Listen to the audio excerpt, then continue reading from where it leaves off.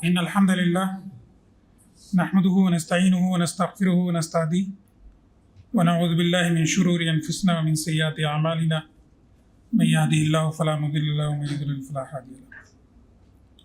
क़ाल अल्लाहु तआला फ़ी किताबिहिल मजीद अऊज़ु बिल्लाहि मिनश शैतानिर रजीम हुवल्लज़ी बअस फ़िल उम्मिय्यीन रसूलन मिनहुम यतलू अलैहिम आयातिहि व युज़क्कीहिम व युअल्लिमुहुमुल किताब वल हिकमा।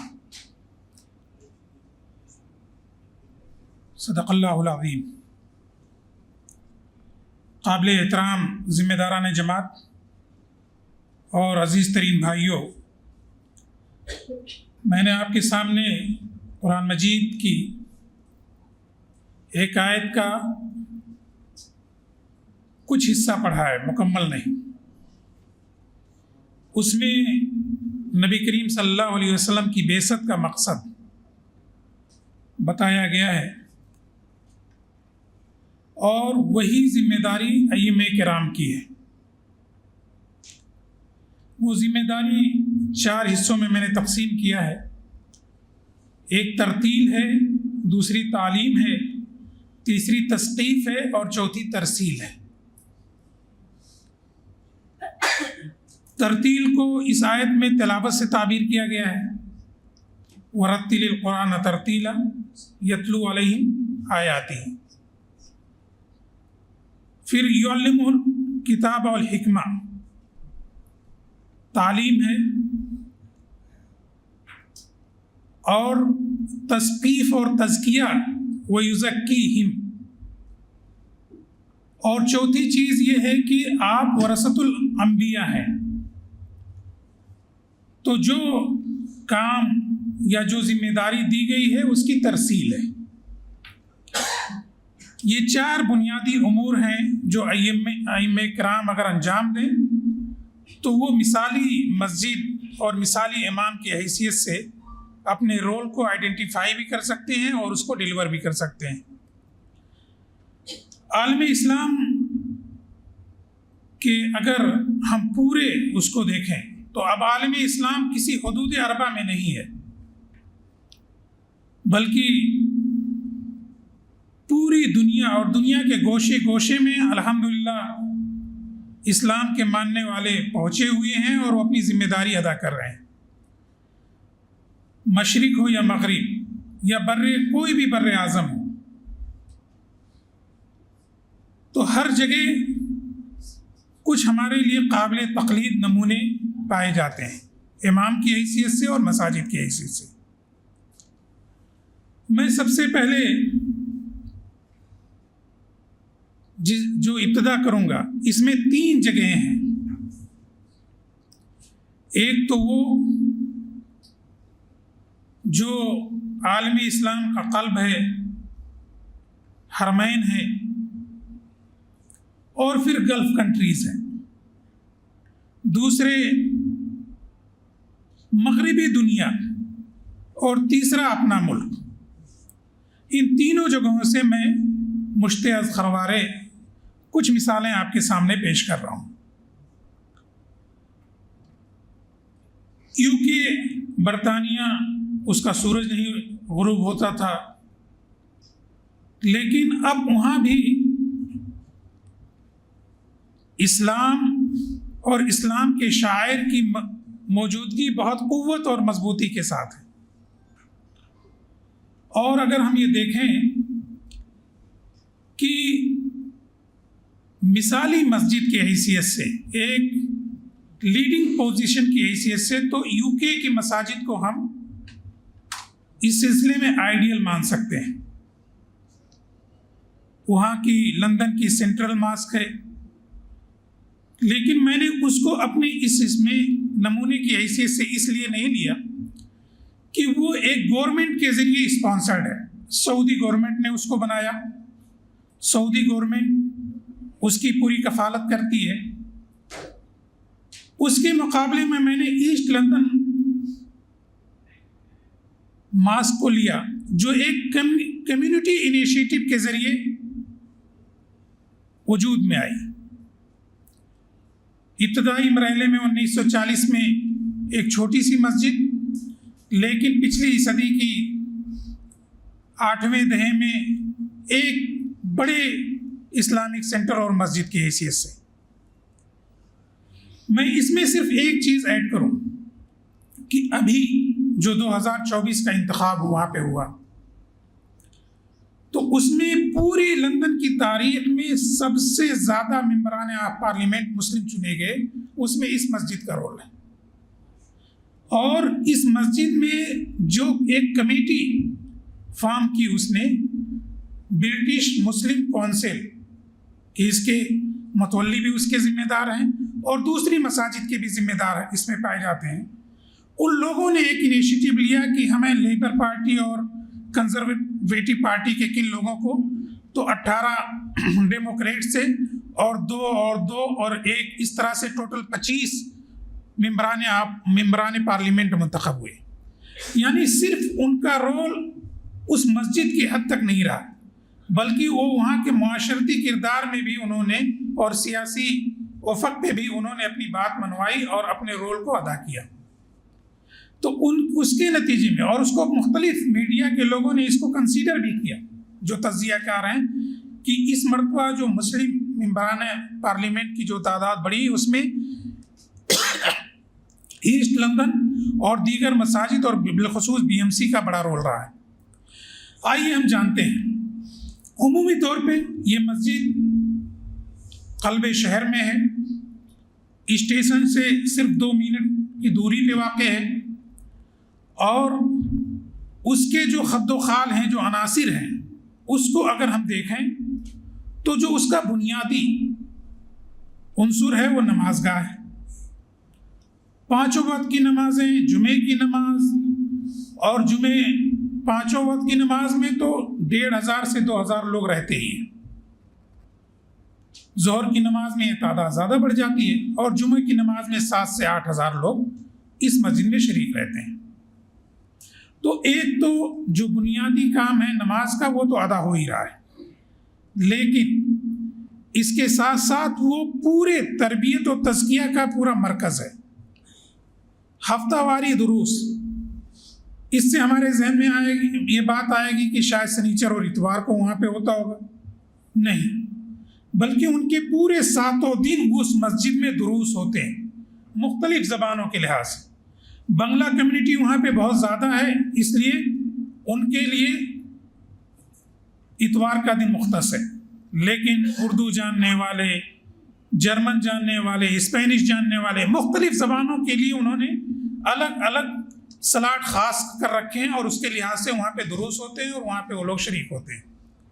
वीकेंड का मदरसा भी चल रहा है, ऑनलाइन मदरसा, जिससे तकरीबन 32,000 स्टूडेंट जुड़े हुए हैं।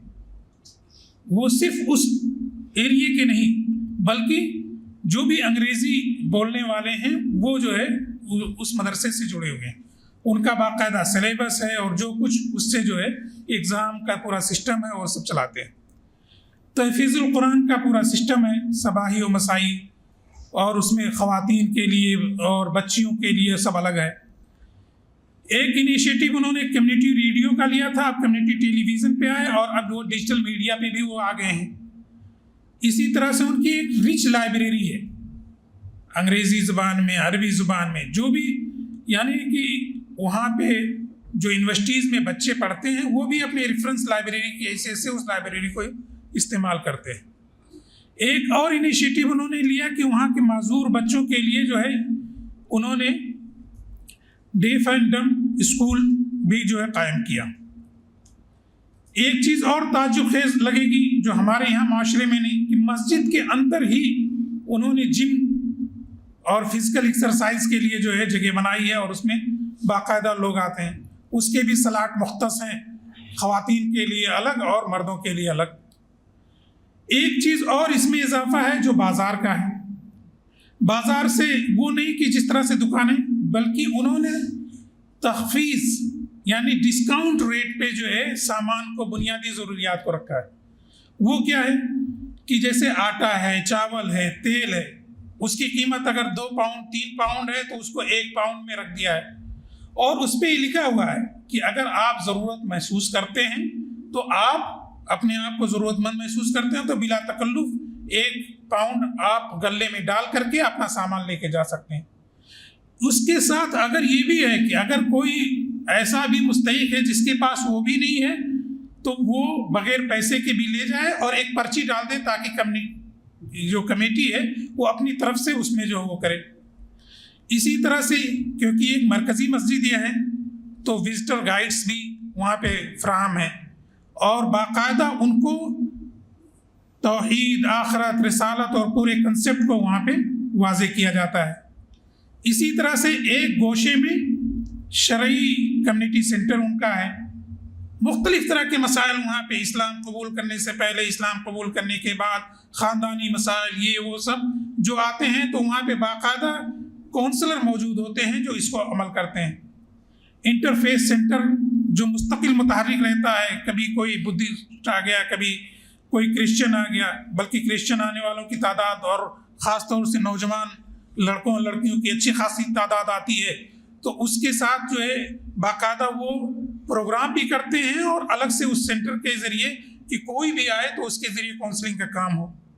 फिर बुनियादी ज़रूरियात में क़ज़ा, निकाह और जनाइज़।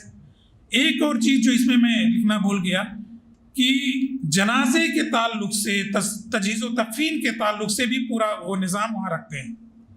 और जो आखिरी चीज़ मैंने BMC लिखी है कि ब्रिटिश मुस्लिम काउंसिल और उसके ज़रिए से लोगों से, मेंबरान पार्लियामेंट से, पार्टीज से और बासर शख्सियात से, ब्यूरोक्रेट से जो कंटेक्ट रखते हैं, उसके ज़रिए से वो ये काम अंजाम देते हैं।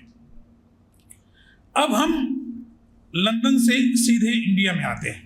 एक मस्जिद जिसका जिक्र कल हमारे बिरादर मोहतरम गाजी साहब ने किया था, उस मस्जिद की ज़ियारत का मौका मुझे भी मिला है और वहाँ के इमाम और वहाँ के मतवल्ली तो हमारे साथी पुणे के अमीर मकामी हैं, उस एरिए के, पिंपरी के, अब्दुल बासित मलकानी, उनसे भी अच्छी खासी गुफ्तगू रही। फिर वहाँ के जो इमाम हैं अब्दुल शकूर साहब नदवी, उनसे भी गुफ्तगू रही। ये इस मस्जिद ने भी अपने कम्युनिटी इनिशिएटिव के ज़रिए एक आइडियल और मिसाली मस्जिद या काबिल तक़लीद नमूना पेश करने की कोशिश की है। नमाज़गाह भी है, मदरसा भी है, हिफ्ज़ की क्लासेस भी चलती हैं। वहाँ की ज़रूरियात को पेश नज़र रखते हुए सिलाई कढ़ाई का सेंटर भी है वहाँ पे, क्योंकि बिलखुसूस वो इंडस्ट्रियल एरिया है, वहाँ पे बहुत कम रोज़गार के मौक़े हैं।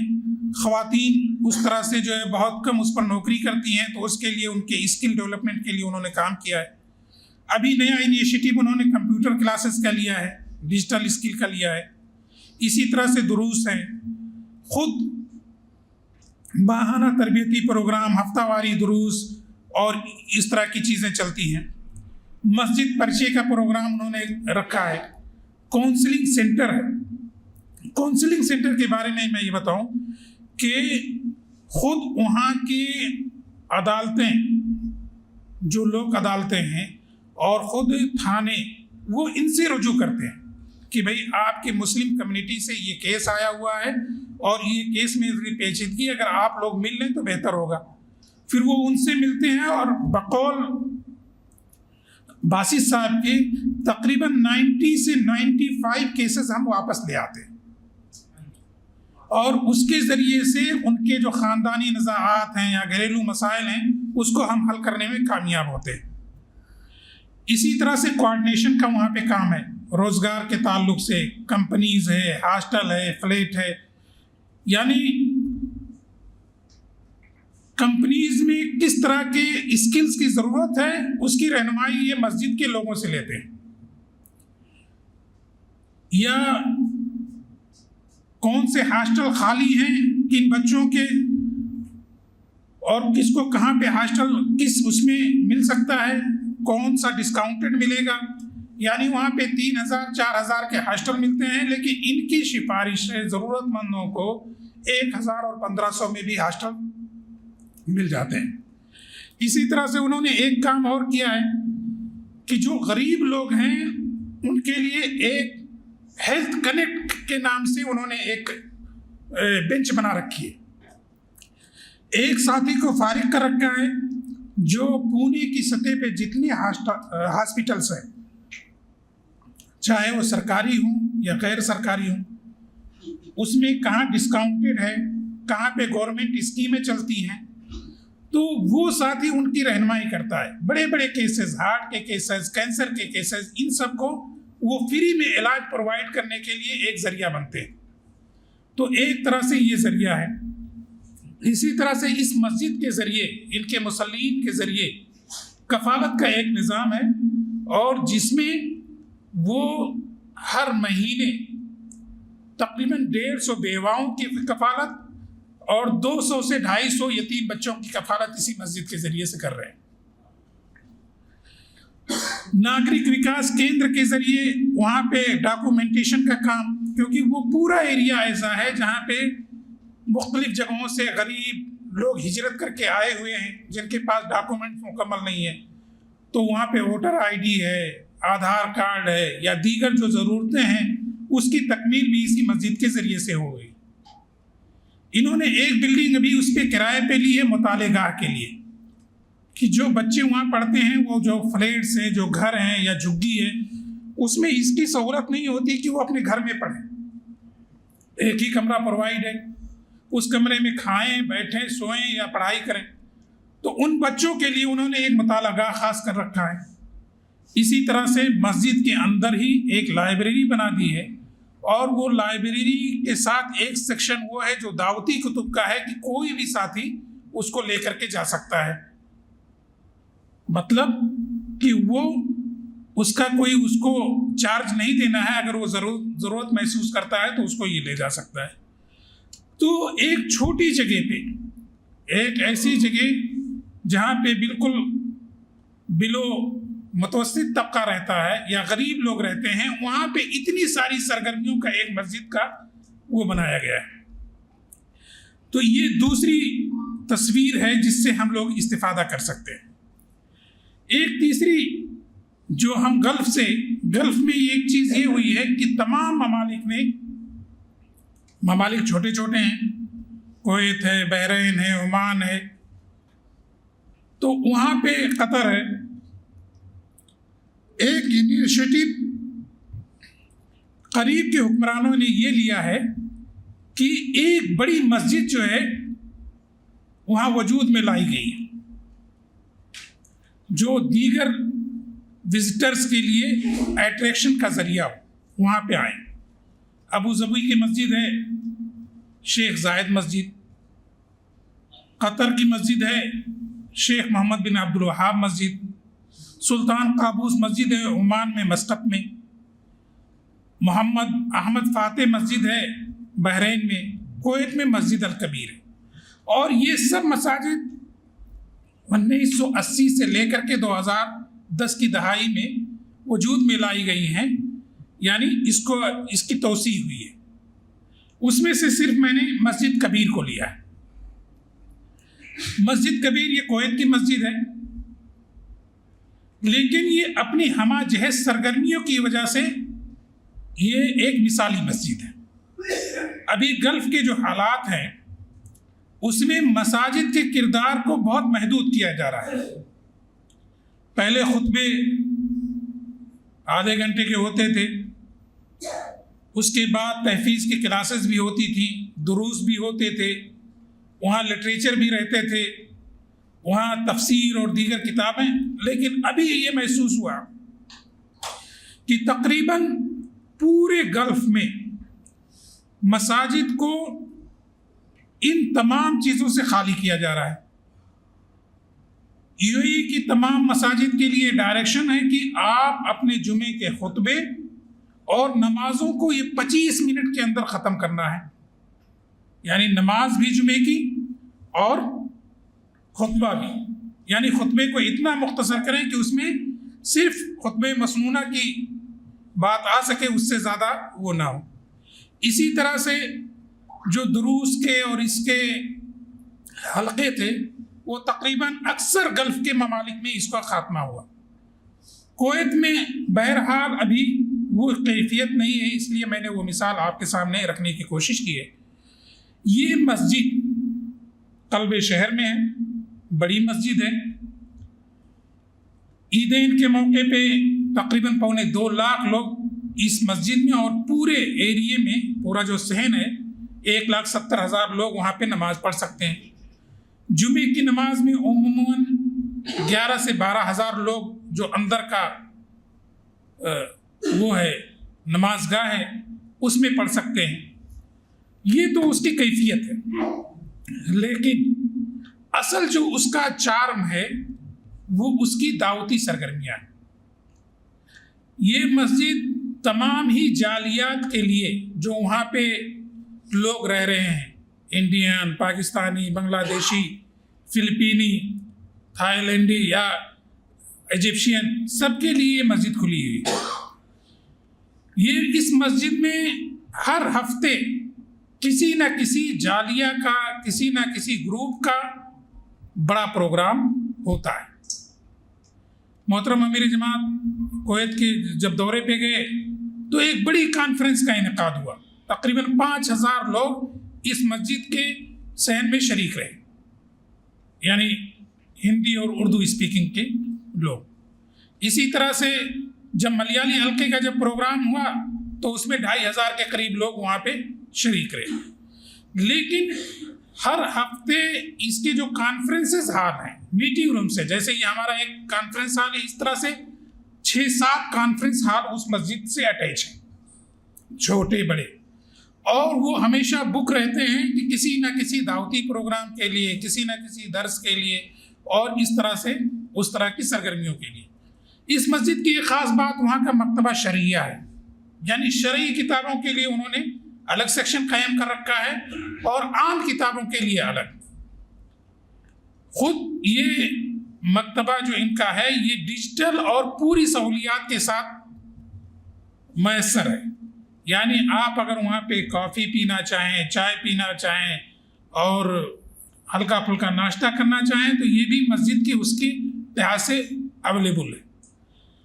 इसी तरह से मीटिंग रूम्स की बात मैंने कही, मकसले की, दावती कॉर्नर्स इस मस्जिद का एक अहम वो सेट है, यानी मुख्तलिफ तरह की किताबें, मुख्तलिफ तरह के तर्जुमे, कुरान मजीद के उर्दू, हिंदी, मलयाली, बंगाली, हर ज़बान में तर्जुमे वहाँ पे अवेलेबल है। कोई साथी आता है अपने गैर मुस्लिम दोस्त को लेकर के वहाँ पे मिलाता है, तो वहाँ पे एक गाइड भी होता है जो अपनी ज़बान में, जो अगर बंगाली है तो बंगाली, उर्दू है तो उर्दू और हिंदी, जो भी है जिस ज़बान में, वो उसकी तफ़हीम कराता है, ले जा कर के चाय पिलाता है, बिठाता है और फिर उससे गुफ्तगू करता है। उसके बाद हदाया की शक्ल में कुरान मजीद और कुछ किताबें उसकी खिदमत में पेश करता है।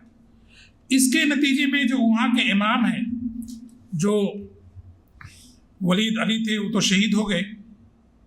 दूसरे जो इमाम हैं उनसे जो बात हुई, और मैं इमाम के ताल्लुक से एक चीज़ ऐड करूँगा कि अपने इनरिचमेंट के लिए जब उनकी आवाज़ की वजह से उनको इमामत मिली बड़ी मस्जिद में, लेकिन उन्होंने हिफ्ज़ नहीं किया था।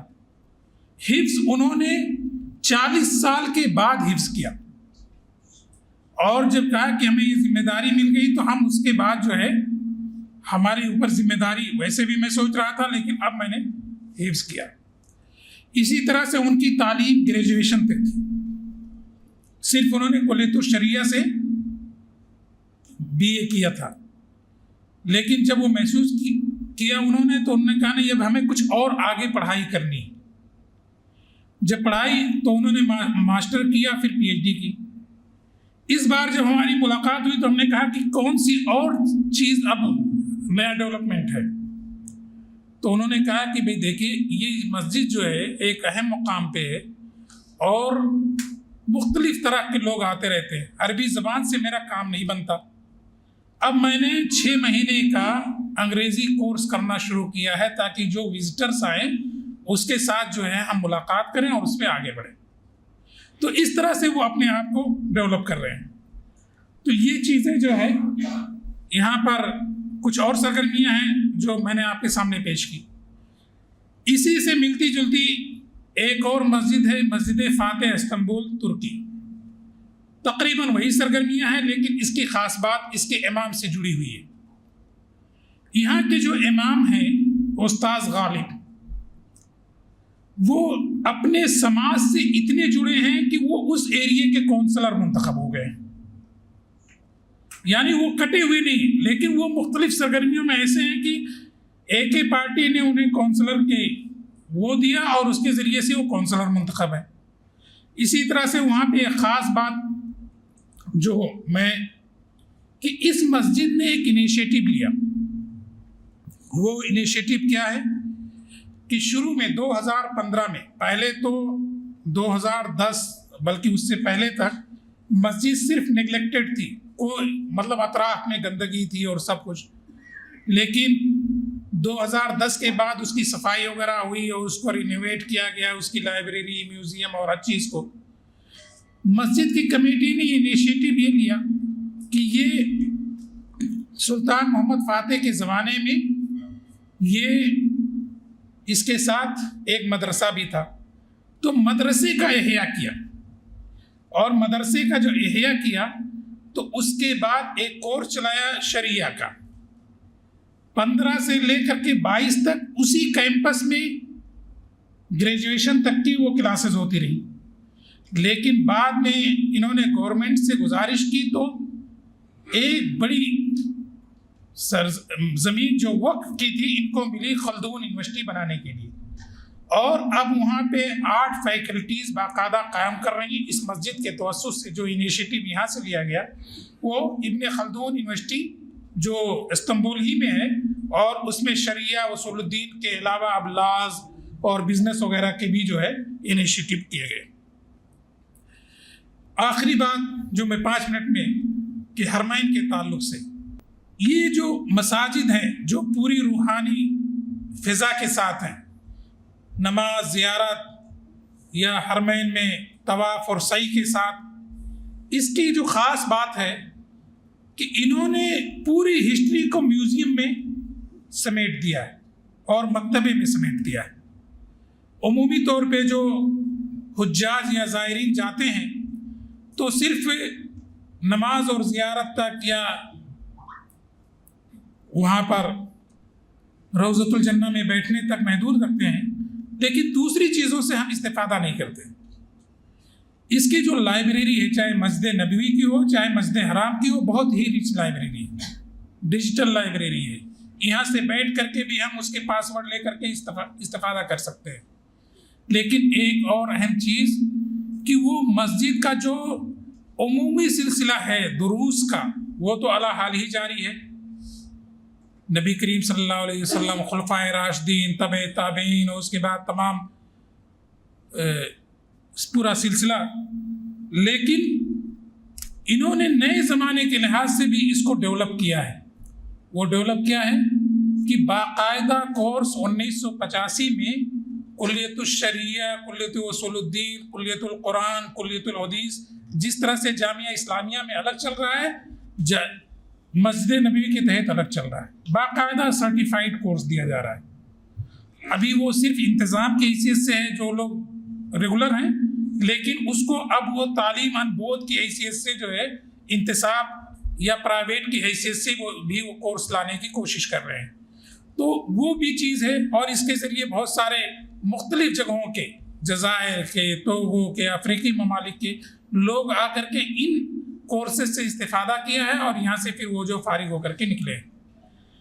बिरादरान अज़ीज़, ये कुछ ग्लिम्स हैं, कुछ मिसालें हैं जो हमने आपके सामने पेश की हैं। मस्जिद हराम का भी इसी तरह से है, लेकिन मैं इमामत के ताल्लुक़ से एक बात कह करके अपनी कि इमाम की हैसियत से सिर्फ मैं एक मिसाल आपके सामने पेश करूँगा। वो कमाल ख़तीब का है जो मस्जिद अक्सा से मुताल्लिक़ है, या डॉक्टर इकरमा सिबरी का है।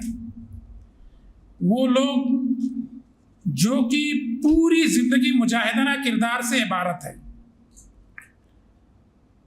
आधी से ज़्यादा ज़िंदगी नज़रबंदी और सुजून या कैद खानों में गुजरी, लेकिन उसके बावजूद भी वो पूरी मिल्लत की, पूरी फ़िलिस्तीनी कौम की रहनुमाई कर रहे हैं और उसके ज़रिए से अपना रोल अदा कर रहे हैं। सिर्फ ऐसा नहीं कि मैदान ने उनको बनाया, उन्होंने अपनी मेहनत की। डॉक्टर इकरमा सिबरी से अभी मुलाकात हुई, तो हमने कहा कि आपकी उम्र 80-85 से ज़ायद है, आप कैसे कितने घंटे आप मस्जिद अक़सा के लिए और उसके लिए देते हैं? तो उन्होंने कहा कि जब जवान थे तो 18-19 घंटे जो हम वक्त निकालते थे अपने पढ़ने के लिए, दुरूस के लिए इसके, अब इस उम्र में भी 12 से 13 घंटा तो हम इसके लिए ख़ास करते हैं। तो बिरादरान अजीज़, ये कुछ मिसालें हैं जो, और इसमें कुछ हमारे लिए काबिल तक़लीद नमूने हैं। अल्लाह रब्बुल इज़्ज़त से इसमें जो मुफीद बातें हैं उस पर अमल करने की तौफ़ीक़ अता फ़रमाए। आमीन व आखिर दअवाना।